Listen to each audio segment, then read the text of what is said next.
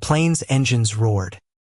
A low growl that vibrated through my chest as we hurtled down the runway. I clutched the armrest, my knuckles white, certain this was the moment I'd die until the stranger next to me did something I'd never forget. His hand, warm and steady, covered mine, and in that fleeting touch, my world tilted. My name is Ethan Carter, and I was 25, a graphic designer fleeing a life in Chicago that had unraveled like a cheap sweater. The job I loved had turned toxic. My family's expectations suffocated me, and the secret I'd buried for years was clawing its way out. I was flying to Seattle, chasing a vague promise of a fresh start. But the truth was, I was running from myself. The plane, a cramped Boeing 737, was my temporary prison, and I was terrified not just of flying, but of what awaited me on the other side.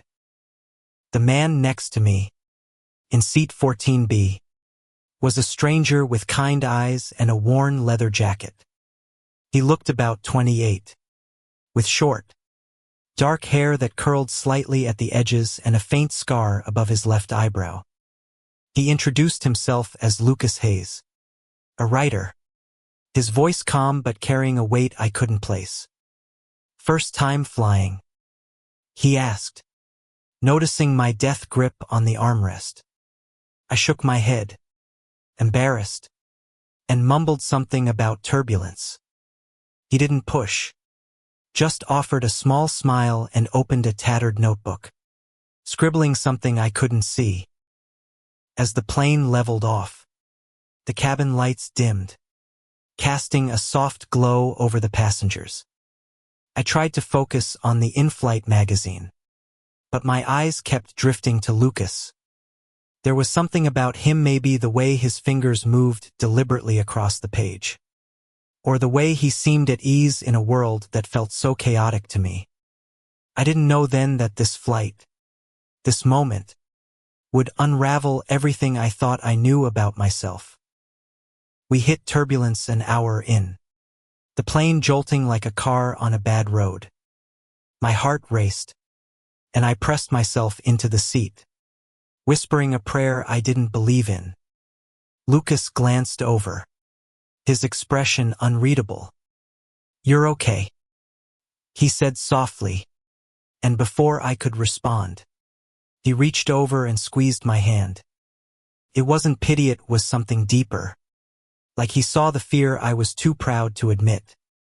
That touch, brief as it was, felt like a lifeline. "You don't have to talk," he said, releasing my hand and returning to his notebook. "But if you want to, I'm here." His words hung in the air, an invitation I didn't know how to accept. I nodded, my throat tight, and stared out the window at the endless sea of clouds. Who was this guy? And why did his presence make me feel both exposed and safe? The flight stretched on, and we fell into an easy rhythm of small talk. Lucas told me he was heading to Seattle for a book signing, his first novel. A quiet story about love and loss had just been published. He didn't brag, but I could tell he was proud. I shared bits of my own life, carefully avoiding the parts one wasn't ready to face. I told him about my job, my love for sketching, and my dream of designing something that mattered. He listened, really listened, in a way that made me feel seen for the first time in years. As the plane began its descent, Lucas closed his notebook and looked at me. "Ethan," he said, his voice low, "whatever you're running from is going to catch up. But maybe that's not a bad thing." His words hit like a punch, and I froze, unsure how he'd seen through me so easily. Before I could respond, the plane touched down, and the moment was gone. We parted ways at the gate, but not before he slipped a folded piece of paper into my hand. "In case you need a friend," he said, then disappeared into the crowd. I stood there, heart pounding, clutching the note like it was the only thing tethering me to the ground. When I finally opened it, I found his phone number and a single line, "You're braver than you think." That night, in a cheap Seattle motel, couldn't sleep. Lucas's words echoed in my head, stirring something I'd tried to bury for years. I'd grown up in a small Illinois town where being different wasn't just frowned upon, it was dangerous. I'd spent my life hiding who I was, convincing myself I could outrun the truth.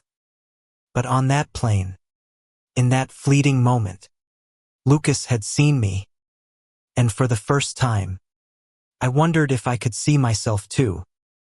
The Seattle rain was relentless, drumming against the motel window as I stared at Lucas's note. I tucked it into my wallet, afraid to lose it, afraid to call. What was I even doing? I'd come to this city with no plan, just a vague hope that distance would fix the mess inside me. But Lucas's words, "You're braver than you think," kept circling back, like a song I couldn't shake. The next morning, I wandered downtown, my sketchbook tucked under my arm. Seattle felt alive, all gray skies and bustling coffee shops. But I was still adrift. I ended up at a small bookstore, its windows fogged from the damp. A sign in the window caught my eye, "Lucas Hayes, debut author, signing today at 2 p.m. My pulse quickened. Was it fate or just dumb luck? I didn't know, but I pushed through the door. The bookstore was cozy, packed with people clutching copies of Lucas's novel, The Weight of Shadows. I hung back, feeling like an intruder.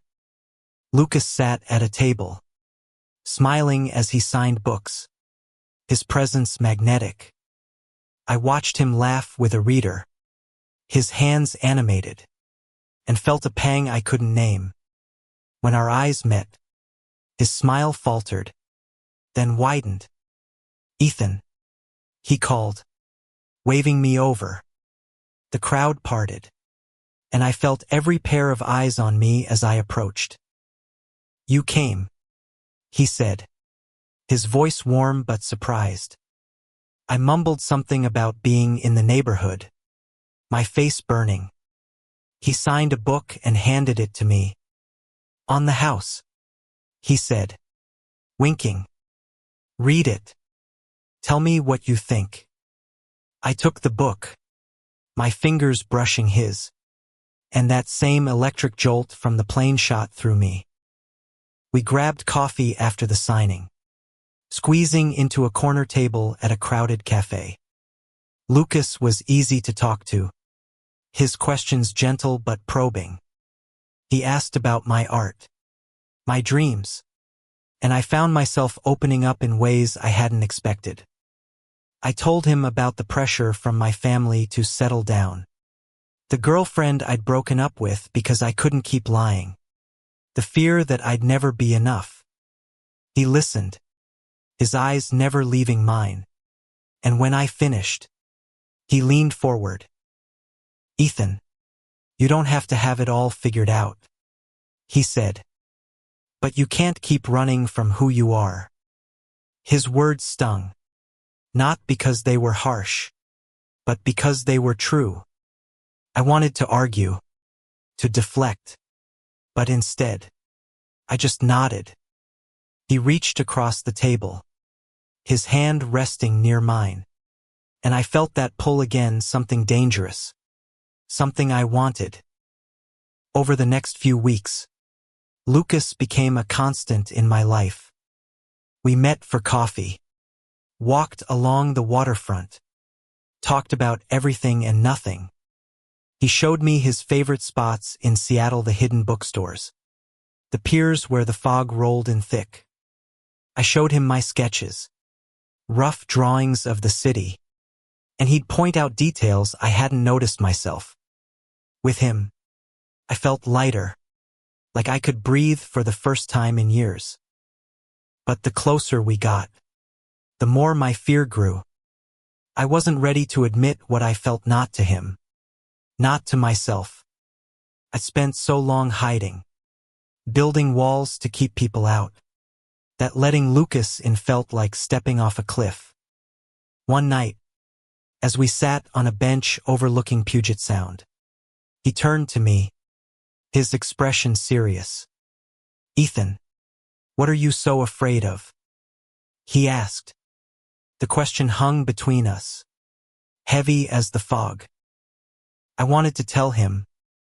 I wanted to say that I was terrified of what it meant to feel this way, to want him in a way I'd never allowed myself to want anyone. But instead, I looked away, my silence louder than any confession.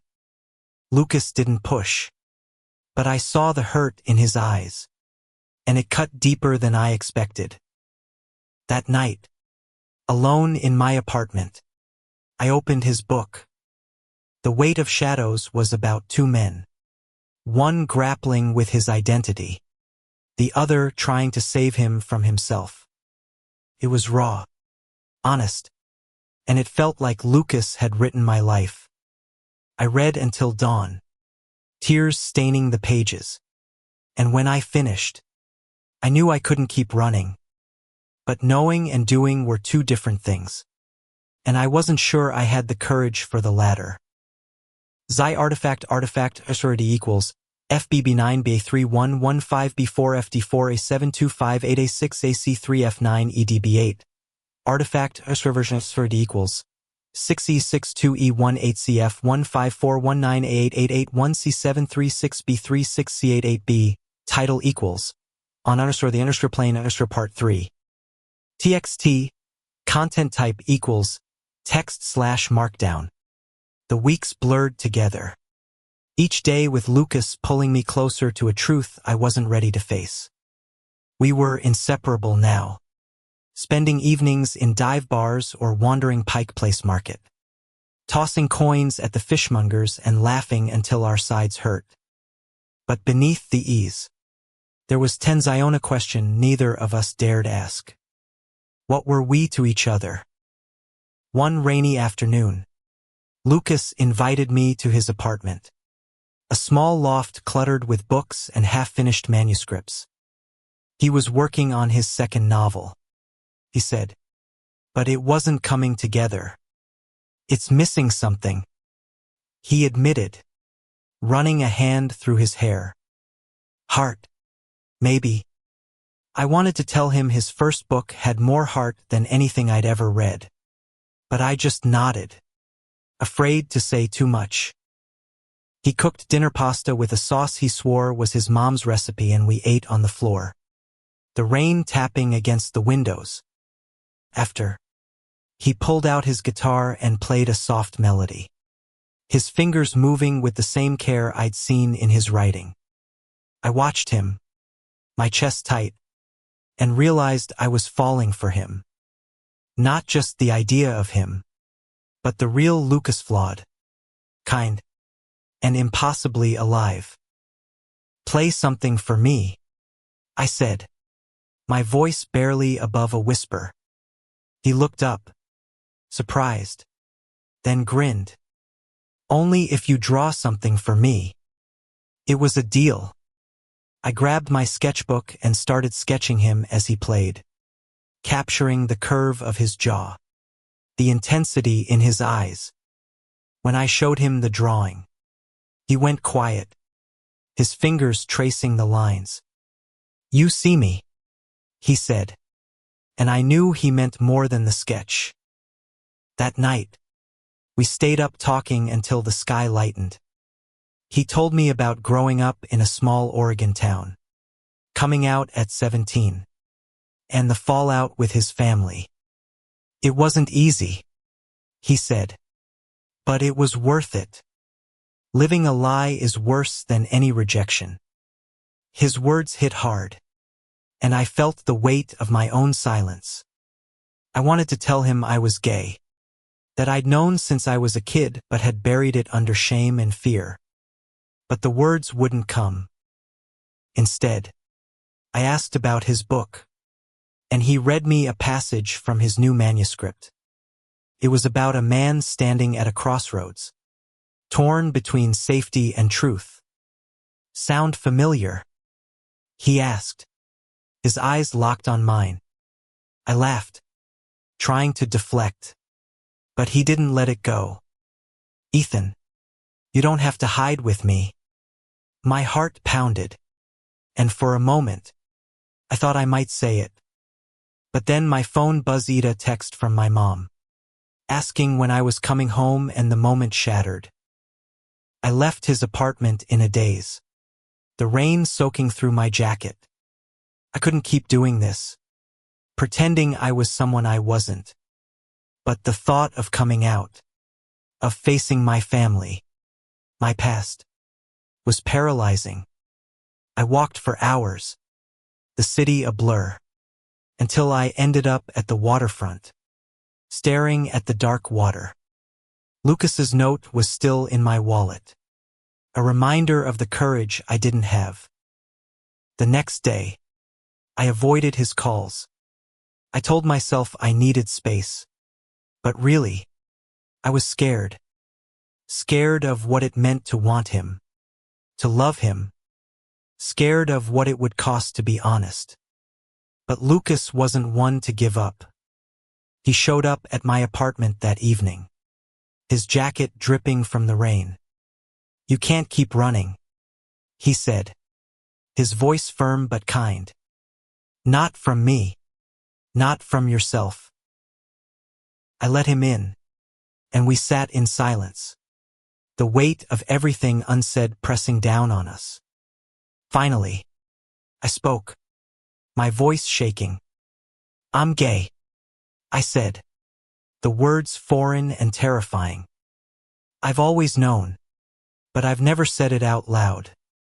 Lucas didn't flinch, didn't look surprised. He just reached for my hand, his touch steady, and said, "I know, and I'm here." Saying it out loud changed everything. It was like a dam breaking, years of fear and shame spilling out. Lucas listened as I told him about my childhood, the whispers at church, the way my dad's disapproval felt like a physical weight. I told him about the girlfriend I'd hurt, the lies I'd told myself to fit in. He didn't judge, didn't try to fix me. He just held my hand, his thumb tracing circles on my skin, and let me talk. We stayed up all night, the confession leaving me raw but lighter.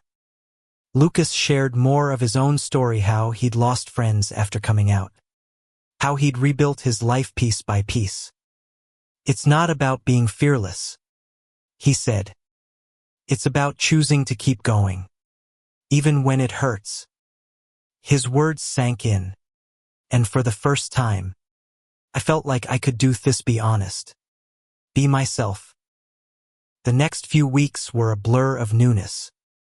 Lucas and I grew closer, our connection deepening into something neither of us named.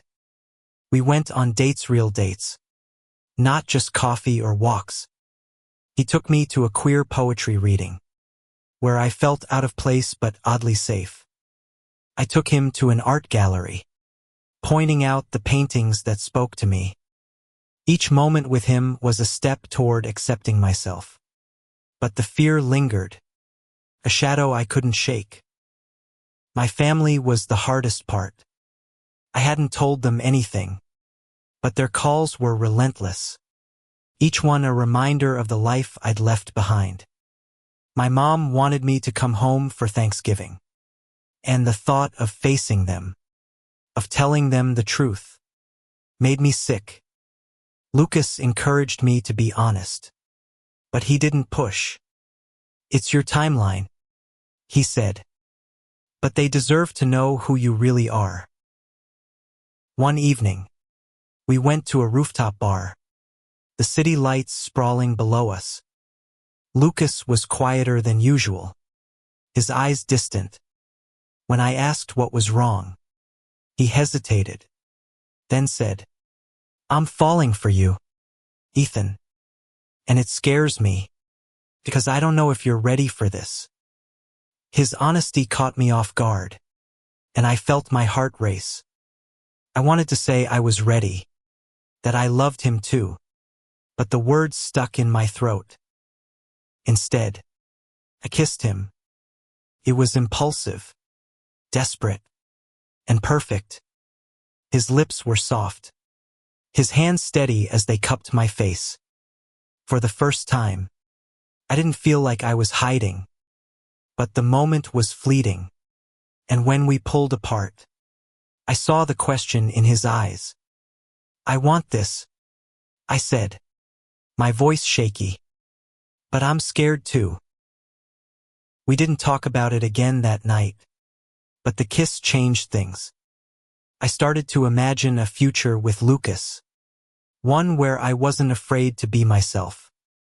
But the closer we got, the more my past loomed. My mom called again, her voice sharp with worry, and I knew I couldn't keep avoiding her. I had to go home, had to face them. I told Lucas about my plan to fly back to Chicago for Thanksgiving. "Come with me," I said, half joking, half hoping. To my surprise, he agreed. "I'll be there," he said. "Not to push you, but to support you." The thought of having him by my side made the idea of facing my family bearable. But it also terrified me. What if they rejected me? What if I lost them forever? As we booked our flights, I felt a mix of hope and dread. Lucas was my anchor, but I knew this trip would test everything: me courage, my love, my ability to finally live as myself. I wasn't sure I was ready, but with him next to me, I felt like I could try. The flight back to Chicago felt like stepping into a storm. Lucas sat beside me, his presence a quiet comfort. But my mind was a mess of what-ifs. What if my parents couldn't accept me? What if I lost them for good? I stared out the window, the clouds below a mirror of my churning thoughts.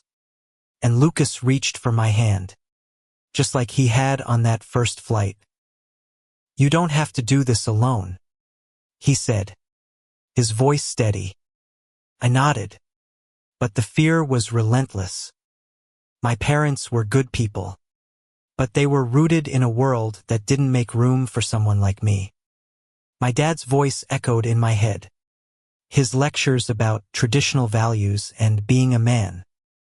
My mom was softer, but her silence on the subject was its own kind of judgment.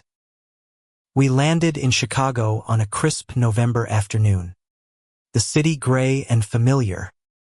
Lucas rented a car, and we drove to my parents' house in the suburbs, the tension building with every mile. He didn't push me to talk, just played soft music and let me process. When we pulled into the driveway, my childhood home looked smaller than I remembered, but the weight of it was crushing. My mom greeted us at the door, her smile warm but cautious. My dad was in the living room, his expression unreadable. I introduced Lucas as my friend, the word feeling like a betrayal. Dinner was polite, strained, with my mom asking about Seattle and my dad grilling me about my job prospects. Lucas was charming, deflecting the tension with stories about his writing. But I could feel the storm brewing. After dinner, I helped my mom with the dishes, the silence heavy. "You seem different," she said finally, her eyes searching mine. I wanted to tell her everything, but the words wouldn't come. Instead, I mumbled something about needing air and stepped outside. Lucas found me in the backyard, sitting on the old swing set. "You okay?" he asked. sitting beside me. I don't know how to do this, I admitted. They're my family, but I'm so scared they'll hate me. Lucas took my hand, his touch grounding me. They might not understand right away, he said. But they love you. Give them a chance. His faith in me was unshakable, and it gave me the courage to go back inside. That night, I sat my parents down. My heart pounded as I told them I was gay, the words tumbling out in a rush. I told them about Lucas, about how he'd helped me see myself clearly. My mom's eyes filled with tears, and my dad's face hardened. This isn't what we raised you to be, he said, his voice low. The words cut, but I stood my ground. This is who I am, I said, and I'm not ashamed anymore. My mom reached for my hand, her grip tight.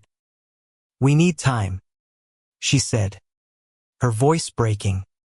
My dad didn't speak, just left the room. Lucas was there, silent but present, and I knew I'd made the right choice, even if it hurt. We left the next morning, the silence between my parents and me a chasm I wasn't sure we could bridge. On the plane back to Seattle, Lucas held my hand, his thumb tracing familiar circles. You were brave, he said. Braver than you know. I leaned against him, exhausted but hopeful. I'd taken the first step, and though the road ahead was uncertain, I wasn't alone. Back in Seattle, life felt different. Coming out to my parents had cracked something open in me, a freedom I hadn't known I could feel. Lucas was there through it all, his presence a constant reminder that I didn't have to face this alone. But the fallout with my family lingered, a wound that hadn't healed. My mom called a week later, her voice tentative. She said she was trying to understand, that she loved me but needed time. My dad didn't call, and his silence was louder than any argument. I threw myself into my art, sketching scenes of Seattle, of Lucas, of the life I was starting to build. Lucas read my sketches like stories, pointing out the emotion in every line. You're telling your truth, he said, and I realized he was right. Our relationship deepened, each day a step closer to something real. We spent Christmas together, decorating a tiny tree in my apartment, laughing as we tangled ourselves in tinsel. Lucas gave me a leather-bound sketchbook, his handwriting on the first page, for your stories, told and untold. I gave him a drawing I'd done of us on the plane, that first moment when his hand covered mine. He teared up, pulling me into a kiss that felt like a promise. But the holidays brought new challenges. Lucas got a call from his publisher his book was gaining traction, and they wanted him to do a national tour. It meant weeks apart, maybe months. The thought of losing him, even temporarily, terrified me. I'll come back, he promised. But I saw the worry in his eyes. He was scared, too scared of what distance might do to us. Before he left, we spent a night at his loft, curled up under a blanket as the rain fell. I love you, he said, the words simple but heavy. I froze, the weight of them overwhelming. I wanted to say it back, but the fear was still there, a reflex I couldn't shake. Instead, I kissed him, hoping it was enough. The next morning, he was gone, and my apartment felt emptier than ever. I threw myself into work, landing a freelance gig designing posters for a local theater. It was good work, meaningful, but it didn't fill the hole Lucas left. We talked every night, his voice crackling through the phone. But it wasn't the same.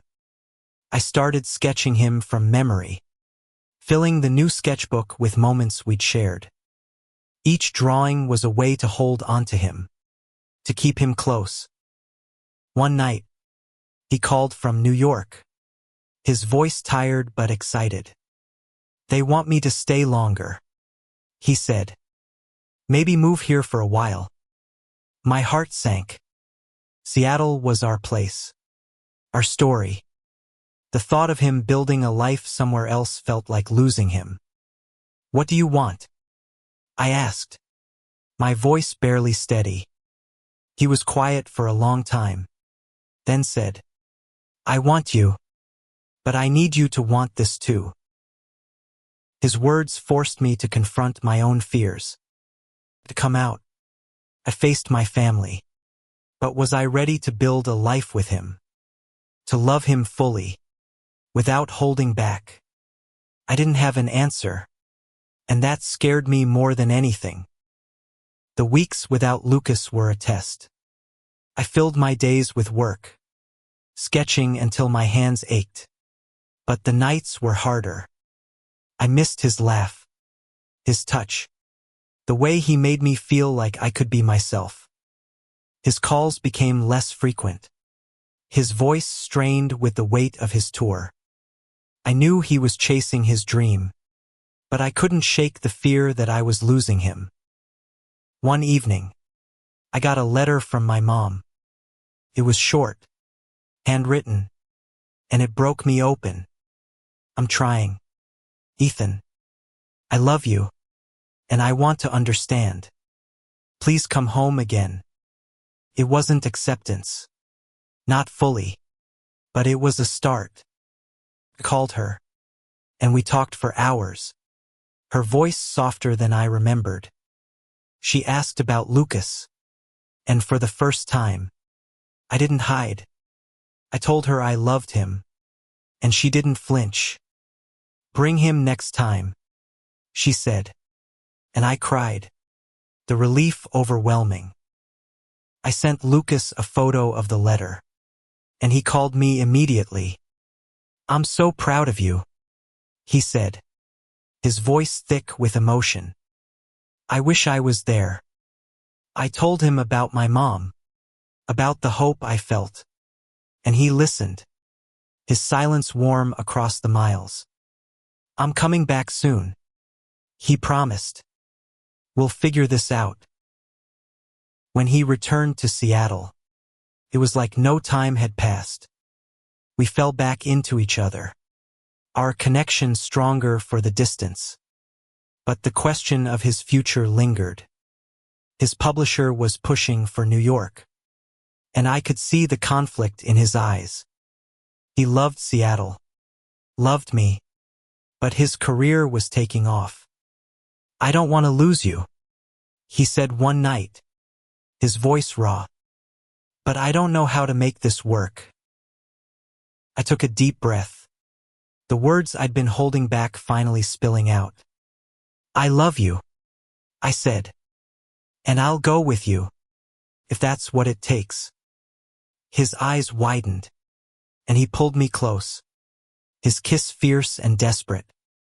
We didn't have all the answers, but we had each other, and that was enough for now. We started planning, talking about what a move to New York might look like. It was terrifying leaving Seattle, starting over again but with Lucas.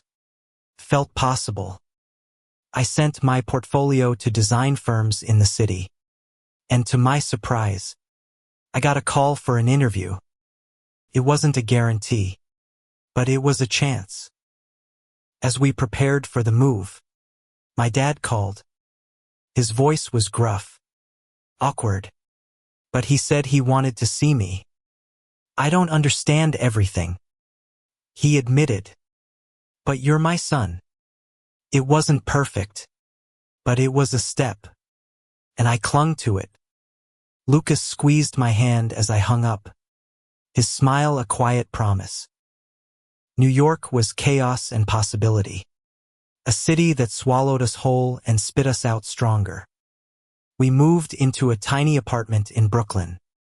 The walls thin and the rent obscene. But it was ours. Lucas's book tour had ended. But his novel was climbing the charts. And he was already drafting his next. I landed a job at a small design studio. My sketches turning into campaigns that lined the subway walls. Our life together wasn't perfect. We fought about money, about time, about the little things that build up when you share a space. But we loved harder, and every fight ended with us tangled together, reminding each other why we'd chosen this. I came out to my coworkers, my friends, and each time, it got easier. I wasn't hiding anymore. My parents visited that spring. Their first time in New York. It was awkward at first. My dad's silence heavy. But my mom hugged Lucas like he was family. Over dinner, my dad raised a glass. His voice steady. To new beginnings, he said, looking at me. It wasn't everything, but it was enough. One evening, Lucas took me to the rooftop of our building, the city glittering below. He pulled out his old notebook, the one from the plane, and read me a new passage he'd written. It was about us two men, one afraid, one steady, finding their way together. You changed my life, he said, his voice soft. That day on the plane, I saw you. And I knew. I took his hand, my heart full. You changed mine too, I said. You made me brave. We kissed, the city humming around us. And I knew this was the life I'd been searching for. Not perfect, not easy, but true. Years later, I'd look back on that flight, on the moment Lucas's hand covered mine. It was a small gesture, but it set everything in motion. It taught me that courage isn't the absence of fear, it's choosing to move forward anyway. And with Lucas by my side, I'd learned to do just that. One step, one moment, one truth at a time.